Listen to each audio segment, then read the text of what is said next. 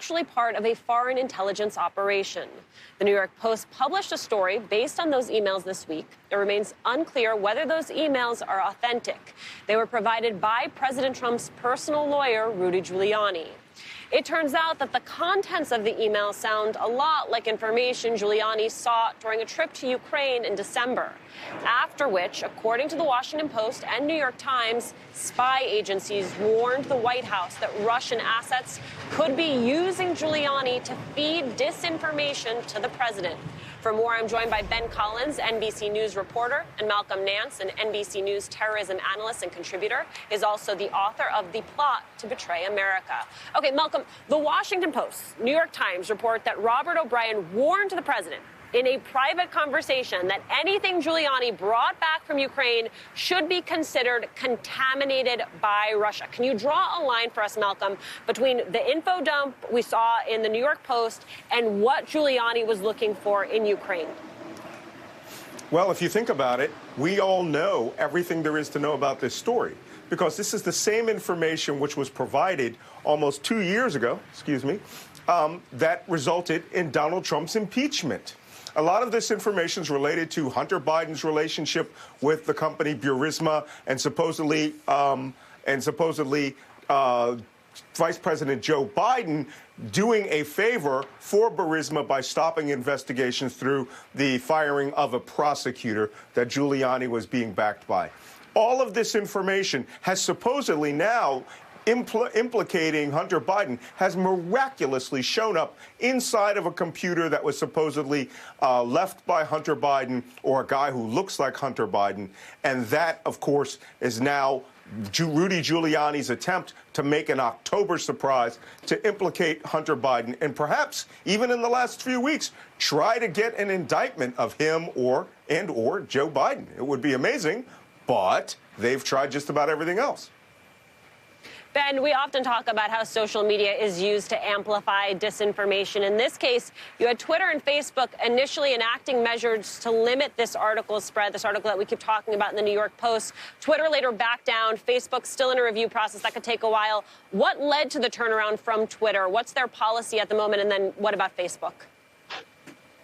It was an enormous amount of pressure from the right. But I do want to say that this is a platform problem again.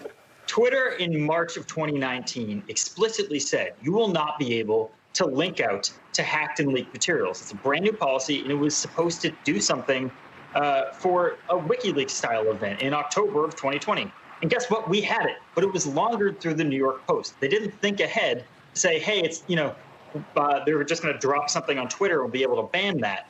This information was laundered through a giant Murdoch paper.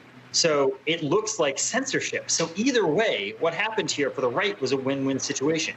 Either they banned this thing and they get to cry foul, they get to cry censorship, and then everyone still knows the story because they're talking about it in the halls of Congress, or they don't ban it and it goes bananas and it's amplified by bots and trolls all throughout the right-wing internet. So this was a plan. This was very coordinated, and I think we have to start talking about it like that.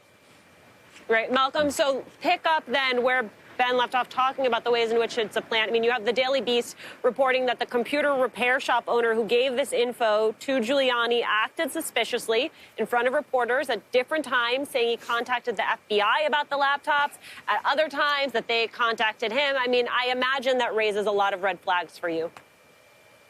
Well, it raises a lot of red flags because this is Spycraft 101. This is baby spy school stuff, right?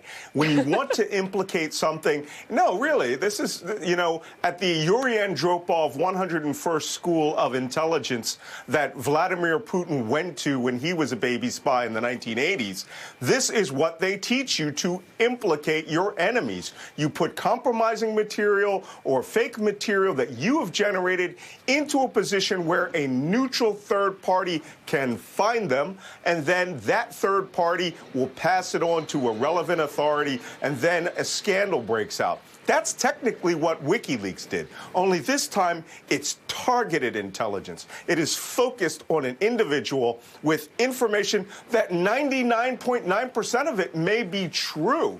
What's called black propaganda is that 1% of it that is selectively edited or information that is left out in order to implicate or create a perception that something wrong has been done here. But this is old school stuff that usually was done with you putting something in someone's wallet or having, somebody's, dirty film fall in front of the New York Times. Ben, if, as you said, the moves from Twitter and Facebook to try and limit the exposure to the story actually has sort of the effect of making it bigger, how then are they as platforms supposed to deal with this? How is news media supposed to deal with this story? Well, platforms could have stuck to their guns, but they didn't. They've made a choice to play both sides here, and that's just something that they've been doing for the last 4 years and something that we have to get used to. But I do want to stress here, we didn't know WikiLeaks were the bad guys until well after the fact. In the moment, mainstream press were, laundering this stuff for WikiLeaks. We are sort of we are prisoners of the moment here. We are living in the interim where we don't know if this is hacked material, where we don't know if it's been leaked, with a patsy or something like that. And this is, by the way, I just really want to stress this. This is how Pizzagate started in 2016. There were hacked materials that were put online, and they said, everybody just figure it out for yourself.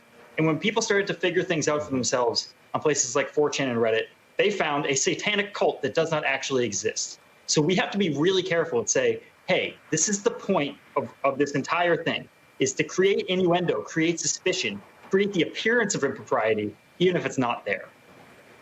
Malcolm, Ben looks at this through the lens of disinformation, something he knows incredibly well. For you, when you look at this through the lens of national security, how should this be treated? Well, it should be treated for the way that we have learned that information like this should be treated. We didn't do in 2016. This is a weapon system. It is a guided disinformation missile, which has been carefully crafted, which has been lovingly assembled, which has been put into the missile launcher of Rudy Giuliani's mouth and brain. And it has now been projected, whether it was done clandestinely, through an ally of the Trump campaign. This could be almost generically Donald Trump, with Rudy Giuliani providing the payload, which is this fake information, and using, very old spycraft to get this into the hands of the media. And, if you guys wonder why I have tears in my eye, it's because Ben is just so good at ferreting this stuff out. But one thing that he didn't know was that the intelligence community of foreign governments and disinformation organizations, they focus on the rules of U.S. journalism.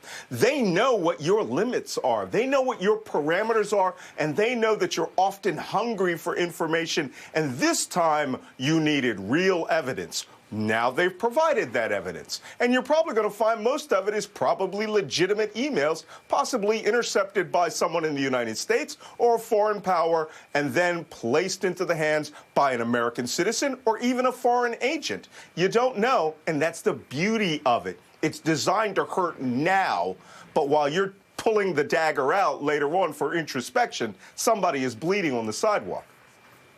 All right, Malcolm and Ben, I appreciate how you're always able to provide so much context around this. Thank you so much. Next, can you get COVID-19 twice?